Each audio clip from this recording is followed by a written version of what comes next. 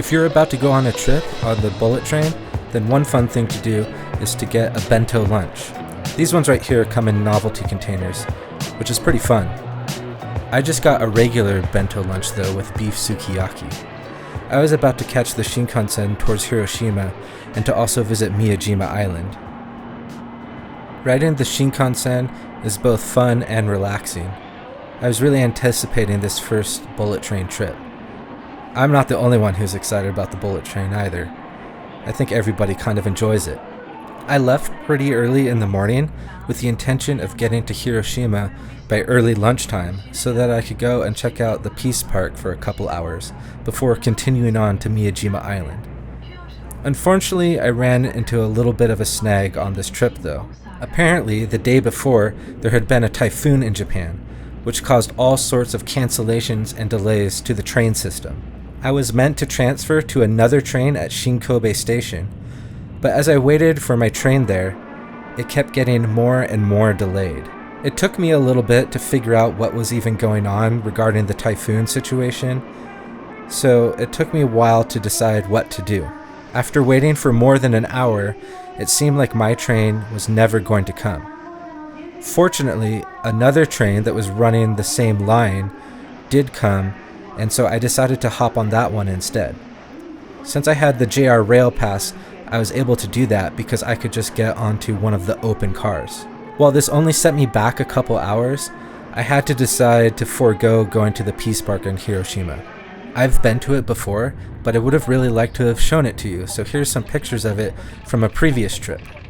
It's an impactful and beautiful place, and aside from the Peace Park, Hiroshima is also a really cool city. I really like it, so you should check it out sometime. After solving my problems with train delays, I was on my way and enjoying my bento lunch that I had bought earlier that morning. It was really tasty. I eventually got to Hiroshima Station, so I needed to make my way to Miyajima Station. Miyajima is situated across the water from Miyajima Island, and that's where you can go and catch a ferry across. There's not a lot in Miyajima, just some gift shops and a few convenience stores, so you can stock up on snacks or supplies that you need before catching the ferry. There's actually 2 different ferries operated by different companies, but one of them is operated by JR, so if you have a JR Rail Pass, you can ride that one for free. Miyajima is a really popular tourist destination, so there's always a big crowd of people boarding the ferry to get across to the island. The ferry ride is only about 10 or 15 minutes long, and it's really enjoyable. You get a nice view of Hiroshima from the sea, and as you approach Miyajima, you can see the iconic red torii gate of Itsukushima Shrine. It's really striking and beautiful. We shortly approach the ferry dock on the island. There's a lot of cool things about Miyajima, but one of them is all the friendly deer that roam the island. I know that Nara, Japan is a really popular tourist destination to see and feed deer, but Miyajima is really great for it too. They're everywhere. I haven't been to Nara, so I can't really comment, but from what I've seen, those deer can be pretty aggressive. These ones can be too, but generally they're pretty mellow. This one was pretty tuckered out from the heat, something I could really relate to.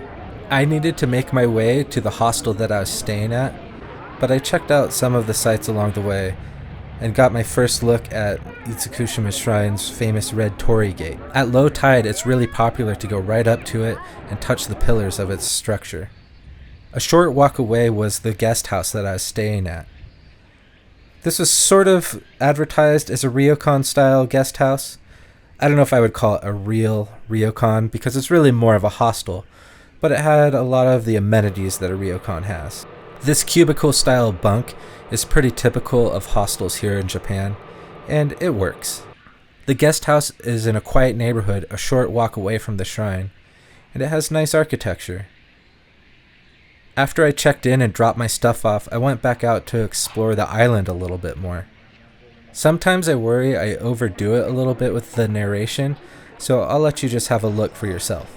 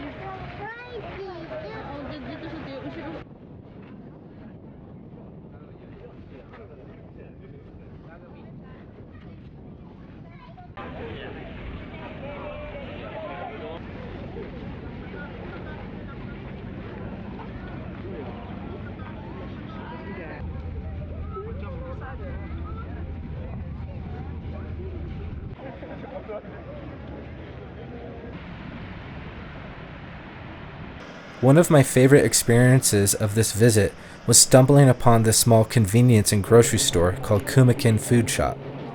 I came in to get something cool to drink since it was so hot outside, and I ended up buying a Pocari Sweat and an apple. This little grocery store is run by an elderly couple, and the old woman who checked me out at the counter was so kind. She was also really short and tiny and kind of reminded me of my own grandma. I had a really basic conversation with her, and she gave me this little bag of ice to help me cool off. I don't know much Japanese, but I was able to say that it was cool and it felt good. And it was nice being able to have an interaction like that in a foreign language. I went back to the shoreline to enjoy my apple, where I was mesmerized watching this deer eat seaweed on the beach. It was also really nostalgic watching these kids play in the sand as well. I wandered around the streets of shops and restaurants for a little bit before heading back to the hostel. If you ever come here, be warned that the shops and restaurants usually close early around 7 or 8 p.m. A really famous confection here is momiji cakes. They're little maple leaf shaped pastries, usually with some kind of filling like red bean paste or custard. There's a ton of momiji shops all over the island. I made sure to get a box of them myself. I've visited Miyajima before, but this is my first time actually staying the night on the island. One cool thing about that is by being here all day, I could see what it was like as the tide came in. The red torii gate on the shore is already cool, but when the tide comes in and you can see people wading out to it at sunset, that's a really beautiful sight. I can definitely recommend staying here for a night. And I can also really recommend the hostel that I stayed at, Miyajima Guest House Mikuniya. It's a pretty nice hostel. They kind of bill themselves as a ryokan. I think they might have some separate properties on the same street that are actual ryokan accommodations. But this still has some nice amenities like a private sento bath. And the building itself is pretty spacious. I like the architecture inside. And the common space is really nice too. There's a garden out front, and inside you have piano and guitar, a public computer, origami, kendama. So there's plenty of ways to pass the time if you just need to relax at the accommodation. They also provide a free curry dinner every night, which is really nice in case you weren't able to make it to one of the restaurants before they closed. I'm a big fan of Japanese curry, so I just planned on eating here, and while it was pretty simple, I definitely enjoyed it. They also keep a bunch of cold drinks and ice cream on hand in the fridge and freezer. You can buy them on the honor system, and I think that's a pretty nice, trusting setup. There's lots of different kinds of ice cream to choose from, and of course all kinds of different cold drinks as well. Just drop your money in this box and you're good to go. Nothing like a refreshing Coke Zero with my Japanese curry in the evening. After dinner, I went back out to explore the island at night, which is a totally different vibe. It felt really peaceful.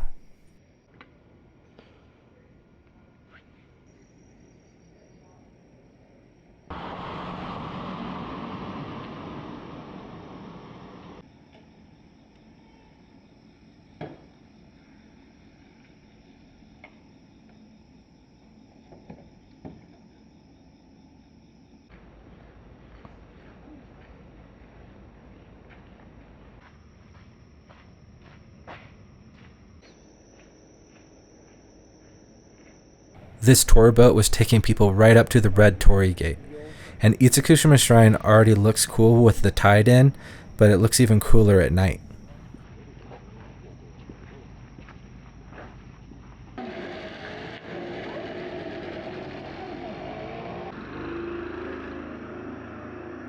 Back at the hostel, I bought myself an ice cream before going to bed. This ice cream is sort of like an ice cream sandwich. It's got a shell similar to a soft serve cone with some vanilla ice cream and some chocolate inside. The next morning, I had a breakfast that's provided by the hostel. They just have a simple breakfast set out with some cold cereal and bread and jam. But that's all I really needed to get started for the day.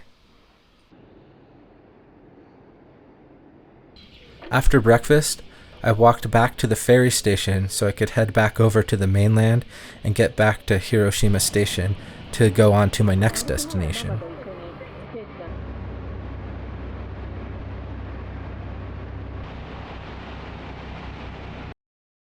In the next episode, I travel to Nagasaki, where I ride the tram cars, check out the Atomic Bomb Museum, and the Dutch Slope, Chinatown, and Dejima Wharf. Thanks for watching. See you then.